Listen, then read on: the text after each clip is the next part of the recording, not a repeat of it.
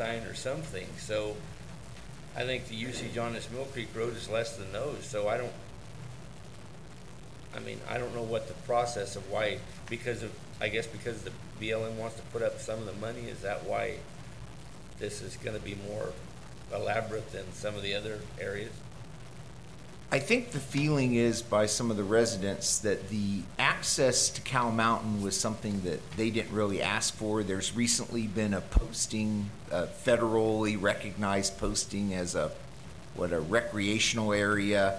So I believe the feeling the residents are is that BLM has caused a undue usage of their road or increased usage. And I think BLM, wanted to cooperate with the county to try to do something. As I specify in the resolution, I really think that the solution here is to do a more detailed study, a traffic engineering study, and perhaps propose a radar enforceable speed zone.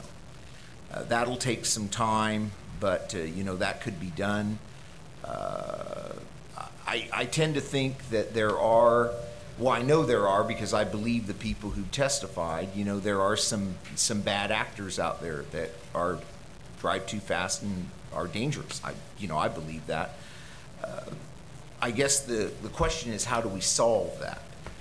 Radar indicator signs tend to just remind people who otherwise just become distracted and, oh, well, I'm going a little too fast. It tends to get those sorts of folks.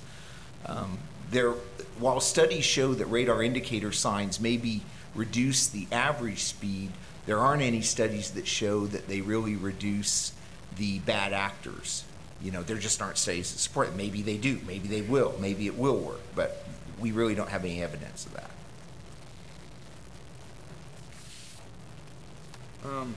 If I may, two of our fellow supervisors have been working on this for quite a period of time, and before I go to those two members, maybe I could go to County Council for a little history, reminder of why we're at this juncture, and then I can turn it over to my two colleagues.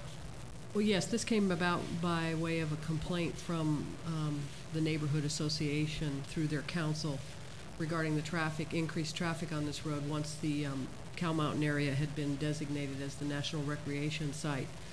So at that point, the board appointed an ad hoc committee consisting of Supervisor Delbar and Smith to review this issue along with other access issues to that site.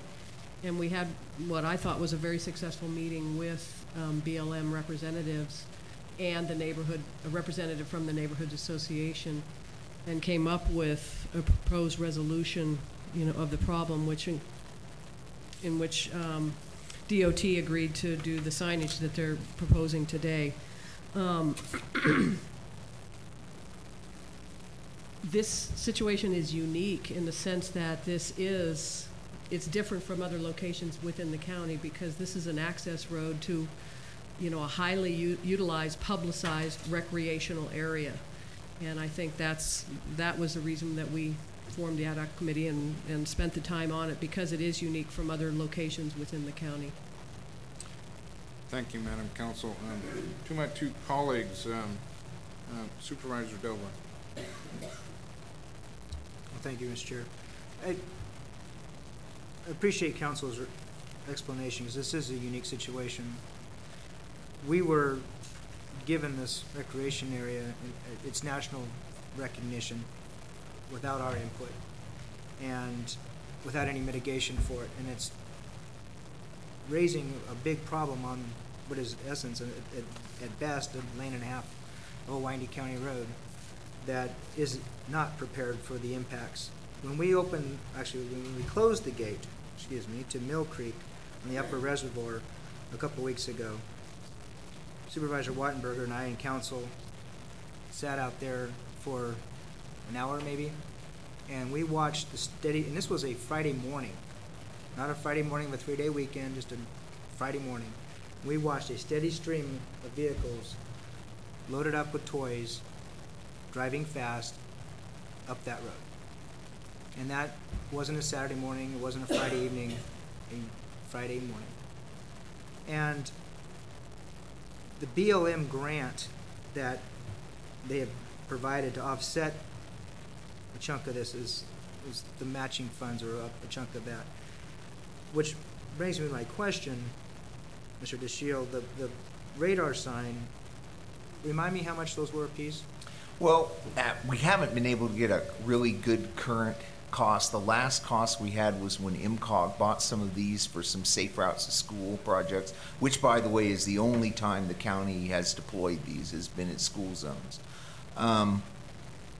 We think it'll be an additional $5,000 to $7,000 for those, two of them. So 2,500 a piece, maybe? Yeah.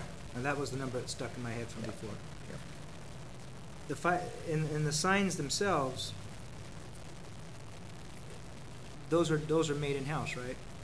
Correct. Okay. Correct. So although there is an expense, it's Right. a nominal one. Right. BLM's putting forward $5,000, so in essence that could, from a dollar figure standpoint, cover the sign, the radar signs, without getting into what words are where. That expense could be covered from that contribution, with us putting up the actual speed limit signs and the entering, leaving signs.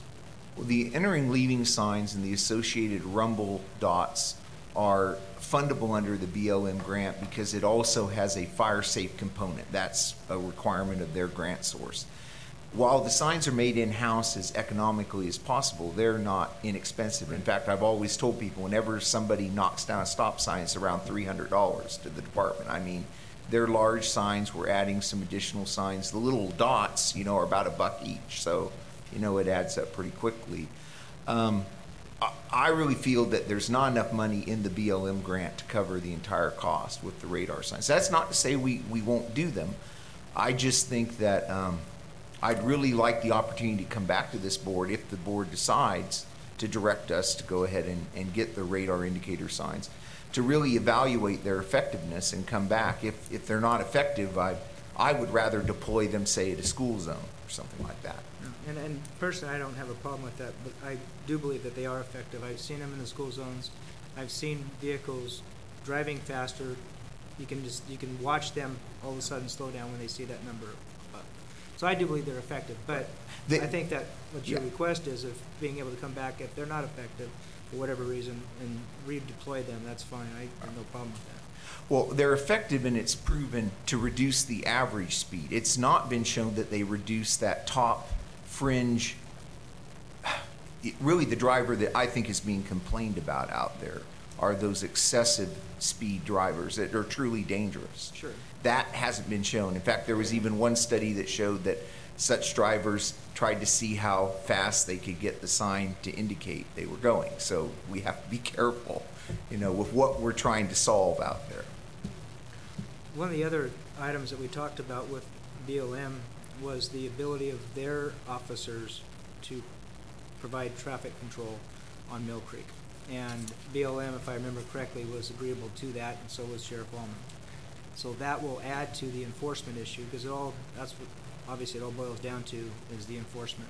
All the signs in the world aren't going to do a thing if tickets aren't written. So between the Sheriff's Department and patrol by the CHP, and I understand Mr. Parker's concerns about deployment of scarce resources, and he's right. Right. But that doesn't take away from our responsibilities to provide that enforcement, whether it's the county or the state, or in the case of the BLM officers, the feds. Well, the thing is, though, the CHP has said that they can't enforce that zone until we look at a speed survey, because it's not radar enforceable. I don't believe that the federal or county peace officers have radar guns, so it's really not an issue for them. I don't think they do radar enforcement. But the basic speed law still applies. That's correct. And part of the